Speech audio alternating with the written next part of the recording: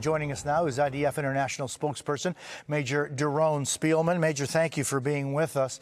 This wasn't apparently a targeted operation against Sinwar specifically. How surprised were you when you got word that you had gotten him? So thank you for having me, Jose. Aaron's details, I think, pretty much match the record.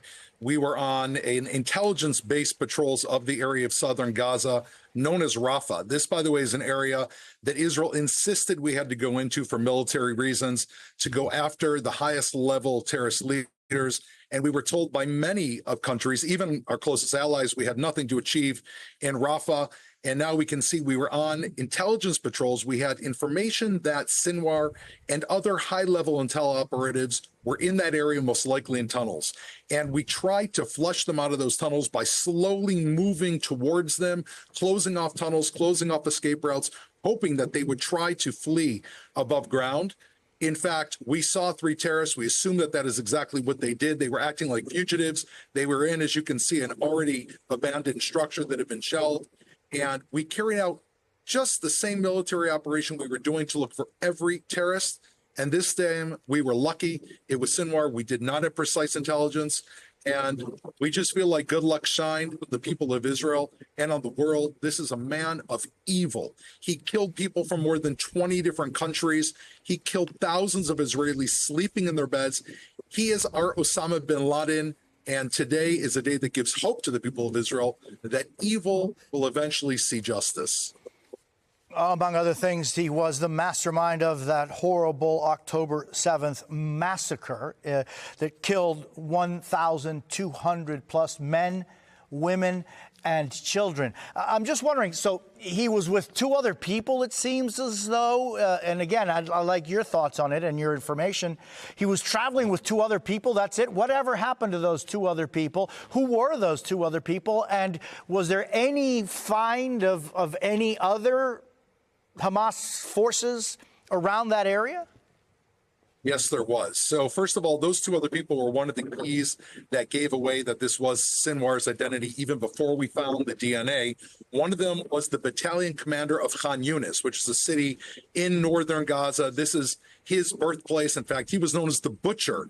Sinwar was the butcher of Khan Yunis because he used to butcher Gazans that he thought were collaborators with Israel. We knew that he was traveling with this person. He had another, apparently, employee of a humanitarian aid organization with him. When we saw the battalion commander dead, okay, we kind of understood that's likely to be Sinwar.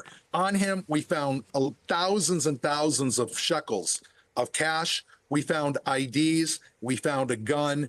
It seems like Sinwar left his tunnel and was just worried about his own skin. He felt he couldn't travel with hostages. He needed to hide with a small group of people, and he was fleeing for his own life, which is, of course, the same cowardly action. If October 7th began, as you were mentioning, with a cowardly action against men, women, and babies sleeping in their beds unarmed, it ended with Sinwar fleeing for his own life while the people of Gaza are living in the rubble he left behind. It's and let me ask you, yeah. Yeah, I'm sorry to interrupt you. I'm just wondering about the hostages. You said that he was probably in one of those tunnels. And is there any light at those tunnels or any other tunnels about where the remaining hostages may be? We're talking about more than 100 people. It is. It's 101 people, including, let's not forget, 7 Americans, 4 of which are presumed to be alive after Sinwar and his group executed 6 people just a few weeks ago. We have intelligence. Obviously, I can't release the intelligence on air right now, but I can tell you Sinwar was virulently against any type of hostage deal that would allow those people to go free. And we're hoping that in addition to our intelligence that we're acting on hourly, the fact that he's out of the way, Jose, and that we can have a shakedown in the Hamas structure. I read the words you had on the screen. They say that they're, not giving up. Of course, they're going to say that. But as we have a shakedown in their structure, hopefully it will give voices to other people in Gaza, the same people who are celebrating right now that he's dead, to rise, help us get our hostages home and create, a better future for those people. So you talk about that structure. I mean, Israel has taken out almost the entirety of Hamas's leadership. You've won. Why not stop now? you know, there's 101 reasons, which are those hostages underneath the ground. If we were to pull out right now without finishing the job, you know, let's go back to World War II. Imagine if the U.S. was this close to defeating Nazi Germany and they just said, you know what, we've done enough, let's just pull back. There would still be Nazi Germany today. You've got to finish the job. You have to defeat Hamas down to its core, defeat its ideology, remove that leadership so that these young people are not looking up to these sadistic killers that are still giving the orders. We need an entirely new regime change in Gaza. We need a breath of fresh air. If we stop now, it's literally giving Hamas a pass. And we know what that means. It means another October 7th down the road. We've got to finish the day before to get to the day after. And when you talk about people not looking up to the Sinwars of the world, many people are now looking at the destruction of great parts of Gaza and saying, well, maybe what they're looking up to now is a different reality. Aren't you worried about that? Of course, we're worried about it. No one had any hopes to go into Gaza and try to root out a terrorist core of people who buried themselves, buried, you know, tunnels directly underneath their civilian structure. It's on my mind. It's on every Israeli soldier's mind. I've been inside Gaza. I've seen what is left from Sinwar and Hamas and are trying to find them inside civilian areas.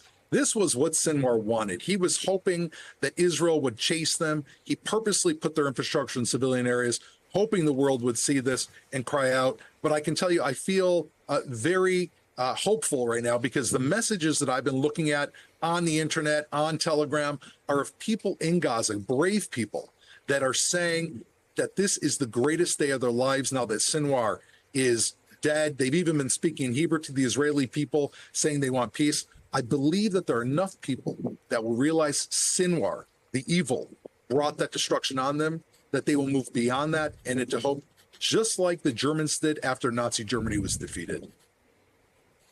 Is aid going into Gaza? I mean, there is so much suffering and so much need.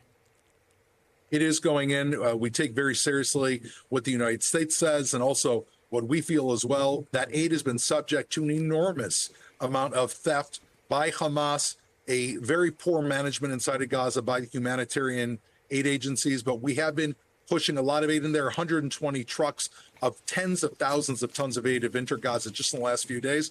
And we're trying to wrap it up. I don't want to see the people of Gaza suffer. They've suffered enough. We need to bring an end to this war, get our people home, end the threat to Israel. We can have a better life. They can have a better life.